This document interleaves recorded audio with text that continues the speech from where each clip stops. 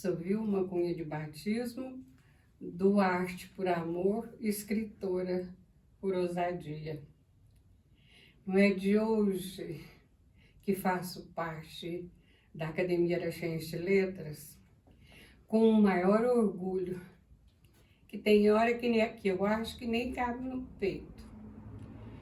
Desde 1986, tive a honra de ser indicada pela dona Leonilda Montandon, pela dona Delica Adélia Pereira Vale e pelo Gilberto, que na época era o presidente.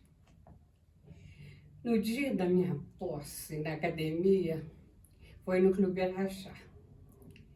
No dia 6 de outubro de 1986, eu fiquei muito feliz de ter sido agraciada com a cadeira número 20 da Academia Araxense de Letras, cujo patrono é o Dr. Mário Cecílio Salomão, um médico renomado aqui da cidade, genro do Dr. Danilo Cunha, casado com a Yara, filha dele. E no dia da minha posse, foi o dia do lançamento do meu primeiro livro, Lágrimas de Telha. E o recado chegou lá no céu de uma tal maneira que houve a maior chuva nessa cidade, nesse dia de granizo. Quem visse a cidade pensava que era um cenário europeu.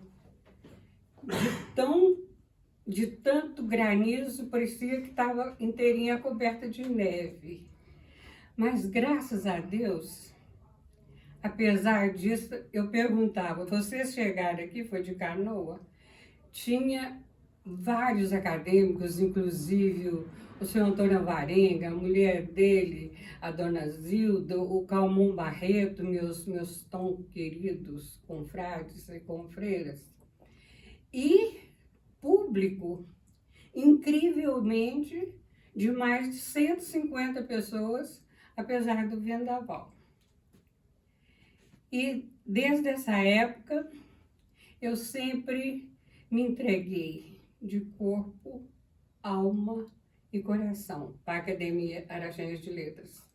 Eu já ocupei todos os cargos da academia, mas acredito que a minha atuação muito boa também esses anos todos foi nos bastidores. Sempre estive disposta a ajudar, a fazer o que for possível por ela. Eu fui a primeira presidente mulher de Academia de Letras. E quando teve Flier Araxá, que a Nélida Pinhon esteve aqui, eu falei para ela assim, ó, eu fui presidente primeiro que você. Ela falou assim, não acredito. Eu falei, pois foi. E fui secretária vários anos, fui o que precisou, toda a vida fui. Vice-presidente, como sou agora, e se Deus quiser, essa imortalidade notória de qualquer academia, que uma academia é imortal através da obra dos seus acadêmicos e porque as cadeiras nunca ficam vagas. Se morre um, outro é empossado. Então é por isso que esse processo contínuo é que faz qualquer academia imortal. E quando eu entrei, era o Gilberto. Ele ficou 11 anos sem fazer uma reunião da academia. Aí nós falávamos, Gilberto, mas nós precisamos nos encontrar. Ele falava assim, não, mas o Edson, por filho, não tem pressa não, nós somos imortais. Mas não tinha reunião, mas a gente estava sempre em contato, encontrava uns com os outros, o povo muito inteligente, muito produtivo. E por que eu cheguei lá? Porque eu sabia desde garotinha que eu ia ser escritora. Quando eu estava na escola, no grupo escolar Delfim Moreira, a professora do terceiro ano, Dona Olinda de Castro Barreto, marcou uma composição que naquela redação, que naquela época chamava-se composição. E disse assim: vocês vão escrever sobre uma cocada. Eu não sei onde eu arranjei isso. Aí eu escrevi na minha redação: comê-la-ei hora que tiver tempo, longe de todo mundo. A Dona Olinda falou: onde que você arrumou isso, minha filha? Você vai ser escritora um dia. Eu acreditei.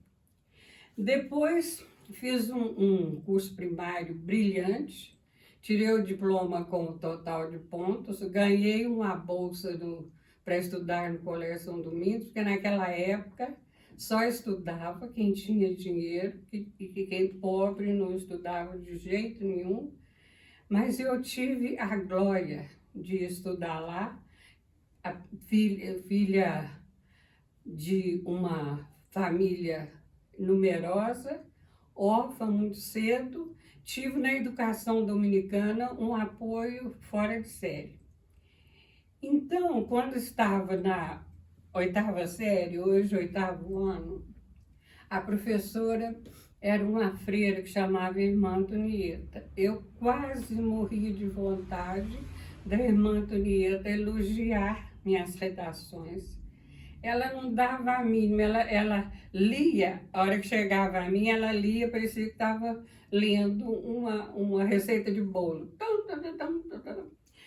Aí, as outras ela lia com aquela entonação, porque qualquer escrito fica mais bonito, bem lido. Aí a irmã Antonieta, mas era uma pessoa boa, tudo, tinha, cada professora é de um jeito. Aí ela adoeceu e a Aparecida Mesquita foi substituí-la. E a Aparecida Mesquita mandou fazer uma redação de Natal. Eu fiz e ela falou assim na frente de todo mundo: eu nunca vi uma coisa mais linda. Minha redação foi para o painel. Aí ela disse novamente: você vai ser escritora. E eu acreditei. Quando me formei, aos 17 anos, normalista, não tinha vaga de professora aqui em Araxá, então eu fui trabalhar numa cidade aqui perto, que hoje, naquela época era uma corrutela, hoje é uma cidade até conhecida, Rio Paranaíba. Cheguei lá, por incrível que pareça, cismaram comigo, aquela época de política que eu nem entendia porque eu fui diretora, eu comecei a dar aula no primário, me puseram diretora com 18 anos de idade. E cismaram que eu sabia fazer de tudo. Eu fui Dora da Central do Brasil muito antes da Fernanda Montenegro. Eu escrevia bilhete, eu escrevia para todo mundo, eu escrevia carta, eu escrevia discurso, eu escrevia tudo quanto há, o que foi muito bom para mim, porque eu desenvolvi muito. E como não tinha nada para fazer na cidadezinha, tinha um depósito atrás da igreja, muito velho, que eles jogaram um monte de livros lá que eu descobri. Eu li aqueles livros todos, os clássicos, com 17 para 18 anos. O Alexandre Dumas, eu li os 29, li sem parar, lia de noite e gostava. E depois abriram um ginásio lá. Eu fui professora de português do ginásio, continuando também escrevendo. E daí eu saí de lá e fui, não tinha vaga aqui, me ofereceram uma vaga na Secretaria de Educação de Belo Horizonte. Eu fui para lá. Quando cheguei para lá, tinha um amigo muito legal que falou assim: você vai fazer vestibular. Eu falei: o quê? Eu não sei nada, né? Eu vou te ajudar. Nós começamos a conversar, ele é um homem cultíssimo, era mais ou menos chefe lá na Secretaria de Educação. Ele achou eu muito, achou eu, assim, que tinha potencial. Então, ele explicava uma coisa ou outra e eu fui fazer o vestibular. Aí eles mandaram fazer uma composição sobre uma redação sobre a nós, o burro e o sino. Sem pancada não faz o seu ofício. Famosíssimo esse título. E uma prova oral, me perguntaram sobre o Castro Alves. O professor falou assim, o que você sabe do Castro Alves? Eu falei, é muito novo, muito boêmio. Quando ele disse que aprendia muito mais nos bares do que nas escolas, nas academias. Bom, aí o dia que eu fui ver o resultado do vestibular, eu comecei a olhar de baixo para cima. Eu falei, não tinha dado mesmo para eu passar, não. A hora que eu olhei assim para baixo, eu tinha passado em 7º lugar e fui aluna de grandes professores como o Aires da Mata Machado, o padre Antônio Vilela, mas eu nunca vi, e todos me incentivaram falando que eu tinha potencial para escrever. Tanto, e eu lia, gente, mas eu já li tanto na minha vida, mas tanto, que se eu fosse falar, eu não dava tempo, mas assim, mais recentemente, eu tenho 2 livros a mostrar. Eu tenho um caso de amor com a Adélia Prado. E eu fiquei encantada com esse Laurentino Gomes, que eu conheci também. Gostei demais da história do Brasil, que ele reescreveu, porque nós sabíamos uma história do Brasil muito incompleta. E ele não, ele foi a cultura. Uma vez, nesse encontro de escritores de Minas Gerais, que eu fui várias vezes, e eu fui atrás da Adélia Prado. Falei, Adélia, eu vim aqui só por causa do seu poema da Batatinha. Ela falava assim, dia domingo minha mãe faz batatinha, molho de massa de tomate e canta. Eu fiquei muito encantada com aquilo e falei para ela assim, eu tinha um Zé igualzinho o seu. Dessa época para frente, a Adélia e eu ficamos amigas, onde nos encontramos, nos falamos muito. E esse Poesia Reunida, isso aqui é o paraíso universo. E esse 1822 é um ano espetacular do Brasil. E daí, como que eu comecei a publicar?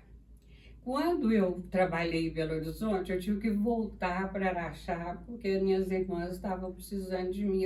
Eu era arrimo de família.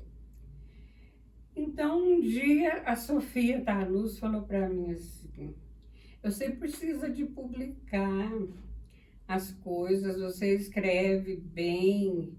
A gente sabe, porque nas escolas aqui, tanto aqui como aqui em Paranaíba, eu escrevia tudo para os auditórios, para orações, escrevia tudo quanto há. Cheguei lá no Otanagildo e falei assim, o que você acha de eu escrever? Ele falou assim, acho fantástico. Eu comecei a escrever em 1984, uma crônica semanal, todo sábado, até hoje, nunca faltei, nem quando o Zorinho morreu, não faltei as crônicas. Atualmente eu tenho mais de 1.500 crônicas publicadas. E comecei a escrever também no Planalto em 2001. Escrevo nos sites das academias, na Academia de Municipalista de Letras, na academia daqui, de vez em quando ponho trabalhos lá, na Academia de Letras do Triângulo Mineiro de Uberaba. Sou acadêmica de várias academias brasileiras e várias academias estrangeiras, principalmente de Portugal. Eu sou 4 sócia correspondente, 4 de Portugal e uma da França, que é em Paris. E daí eu fui ficando conhecida quando foi em 2001, tinha uma moça que fazia um trabalho fantástico na internet. Ela viu o meu trabalho e falou assim, você precisa mandar. E fez um site, primeiro prosa e verso, o primeiro site meu. Depois um que tinha vários links, várias partes, que é carona, versejando, um dedo de prosa. Mas foi uma loucura naquela época que o povo ainda lia muito site. Daí fiquei muito conhecida. Com isso, um dia eu vi, eles me elegeram embaixatriz da paz, embaixadora da paz, que tem a sede em Genebra, na Suíça. Me elegeram também cônsul de poetas do mundo, que a sede é no Chile. E já fui por causa dessas academias, tudo, já andei demais no mundo afora, fazendo seminários, tanto por aqui como no exterior, e foi uma loucura. Depois, Lágrimas de Telha foi o primeiro, Domingos Dias Úteis o segundo. Esse aqui eu escrevi sobre o grande prefeito Domingos Santos, que naquela época eles tinham só idealismo, não tinha dinheiro. O personagem principal deste livro é a integridade. Naquela época faltava dinheiro e sobrava lisura. Depois a família do senhor Omar Silva pediu para eu escrever um livro sobre os pais que eles queriam dar de presente. Eu escrevi a vida dele, sobre a vida amorosa e com mais de 50, 60 anos de casamento com a dona Coral, e a vida profissional.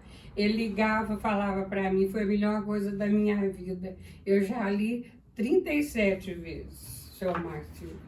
Depois eu escrevi o Mineirice com Gosto de Pão de Queijo e Goiabada Cascão, um livro de crônicas escolhidas, que também foi muito legal.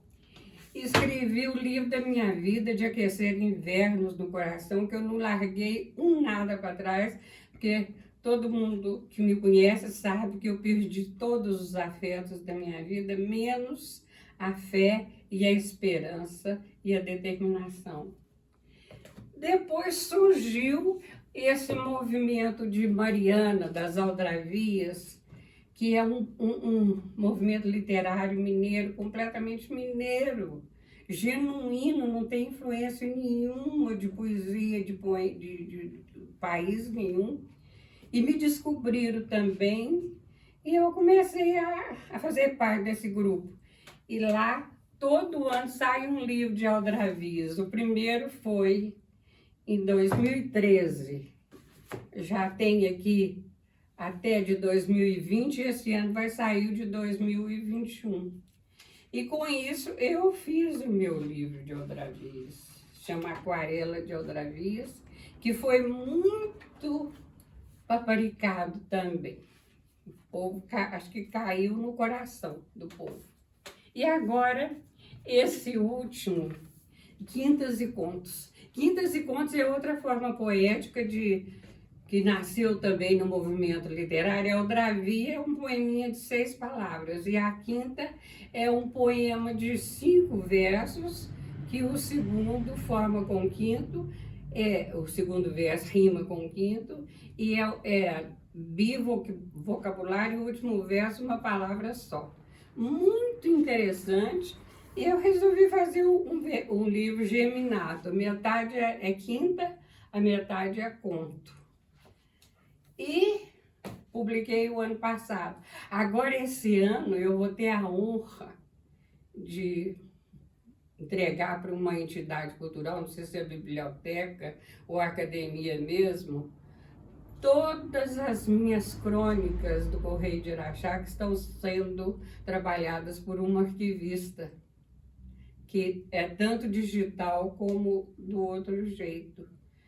E graças a Deus, eu escrevo direto. Tem uma galera fiel nas redes sociais que incentiva muita gente. E fico muito feliz de ser Vilma Cunha Duarte, escritora.